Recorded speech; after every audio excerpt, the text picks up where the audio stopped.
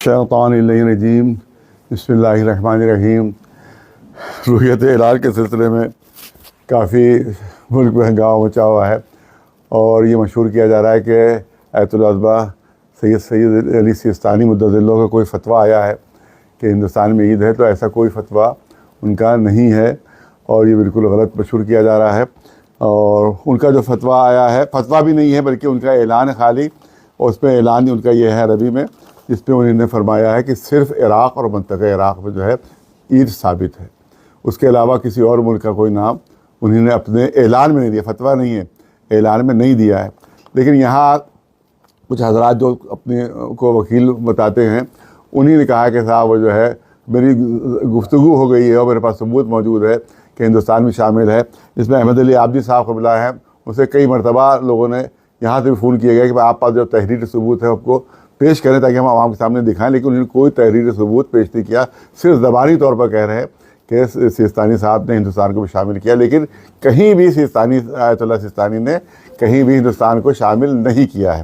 اور دوسری بات جو اہم ہے کہ میرے پاس یہ توضیح المسائل آیت العظمہ سید علی سیستانی کی موجود ہے، یہ اردو میں ہے، انگلش والے میں دکھا دوں گا، یہ اردو میں ہے، اس کا صفحہ ہے صفحہ نمبر 257، صفحہ نمبر 257، صفحہ نمبر 257۔ اس میں انہوں نے طریقے لکھے ہیں کہ کن کن طریقوں سے چاند ثابت ہوتا ہے، رویت ہلال ثابت ہوتی ہے۔ تو اس میں ایک جگہ وہ تحریر فرماتے ہیں کہ لکھا ہے کہ کہاں حاکم شرع کے حکم سے، مسئلہ نمبر 1740 ہے، مسئلہ نمبر 1740 ہے، حاکم شرع کے حکم سے مہینے کی پہلی تاریخ ثابت نہیں ہوتی۔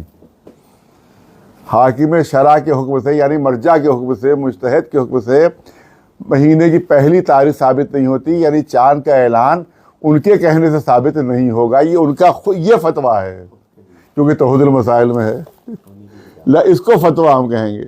وہ اعلان جو ہے وہ فتویٰ نہیں ہے، یہ فتویٰ ہے کہ انہوں نے خود فرمایا ہے کہ میرے اعلان سے چاند ثابت نہیں ہوتا۔ تو جب خود مرجع کہہ رہا ہے کہ میرے اعلان سے چاند ثابت نہیں ہوتا، تو کسی دفتری کے اعلان سے چاند کیسے ثابت ہو جائے گا؟ کسی دفتر والے کے اعلان سے چاند کیسے ثابت ہو جائے گا؟ یہ ہے اردو کی، اور یہ ہے انگلش کی اسلامک لاز۔ یہ آیت اللہ عظمہ سید علی سیستانی مدظ اللہ کے یہ دیکھیے، یہ پیچھے ان کی تصویر ہے اور یہ ادھر یہ ہے۔ تو اس میں صفحے پر انگلش ہے، یہ انگلش میں، اس میں صفحہ نمبر جو ہے وہ 317 ہے۔ اس میں آپ نے تحریر فرمایا ہے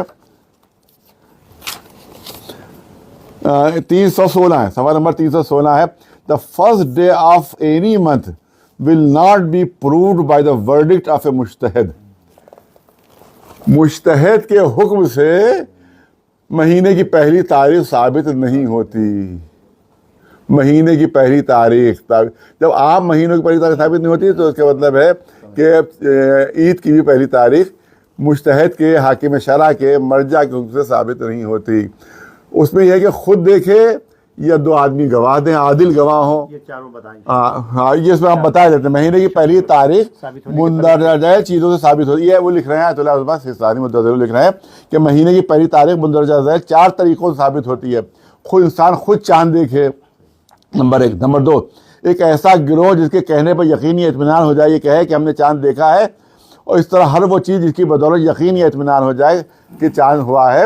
مثلا 10-15 لوگ جو ہیں وہ آ کر کہہ دیں کہ ہاں چاند ہوا ہے، اور ان کو یقین ان پر کہ جھوٹ نہیں بولتے ہیں، تو ہم سمجھ لیں گے چاند ہوا ہے۔ اسی طرح 2 عادل مرد کہیں کہ ہم نے رات کو چاند دیکھا ہے، لیکن اگر وہ چاند کے الگ الگ اوصاف بیان کرے تو تاریخ ثابت نہیں ہوئی، کوئی کہے کہ ٹیڑھا تھا، تو کوئی کہے سیدھا تھا، تو کوئی کہے کچھ کہے، تو پھر وہ غلط ہو جائے گی، سب کی گواہی رد ہو جائے گی، سب کی گواہی رد ہو جائے گی۔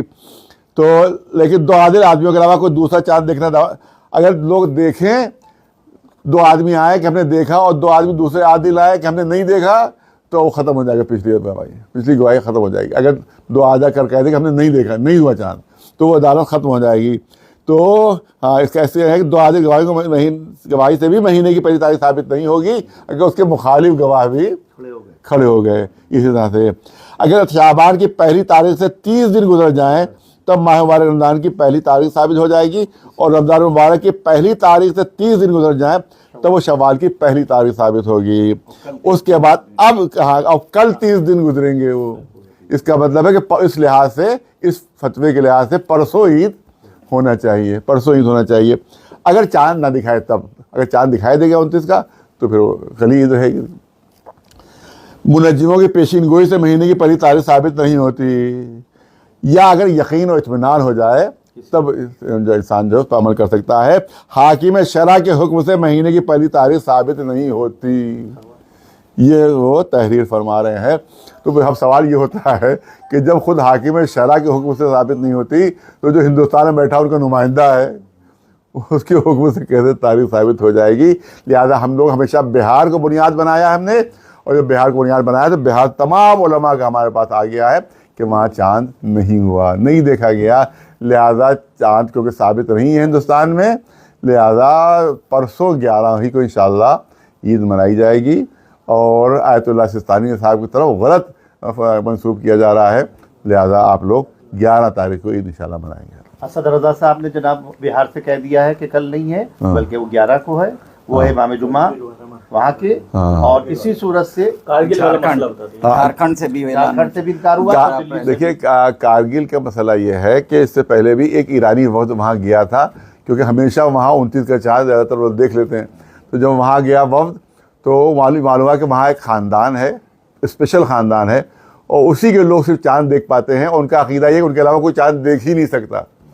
لہٰذا وہ کہہ دیتے چاند ہو گیا تو سب مان لیتے ہیں, چاہے کسی کو دکھائی دے چلے دے. وہ ایرانی کہنے لگے ہمارے پاس بڑی بڑی دوربینیں دی, ہمیں چاند نہیں دکھائی دے رہا تھا. اور وہ خاندان والے کہتے ارے ہمیں چاند تو دکھائی دے رہا ہے, ہمیں تو چاند دکھائی دے رہا ہے. تو اسی لیے ہم لوگ کارگل کے بہار کو اعتبار کے قابل نہیں سمجھتے ہیں. لہذا ہم لوگ اس لیے چاند, کیونکہ پورے ہندوستان میں کہیں بھی چاند کی رؤیت نہیں ہوئی, نہ شیعہ میں نہ سنی میں. لہٰذا اسی لحاظ سے ہم لوگ جو ہے وہ 11 تاریخ کو چاند کو مان رہے ہیں. اور آیت اللہ العظمیٰ کا ہر فتویٰ ہمارے سلاخوں پر ہے اور وہ ہمارے مرجع وقت ہے, لیکن اس میں ان کا فتویٰ نہیں ہے. ان کا فتویٰ اس کے برعکس ہے. انہوں نے کہا کہ ہمارے کہنے سے بھی چاند ثابت نہیں ہوگا. وآخر دعوانا الحمدللہ رب العالمین.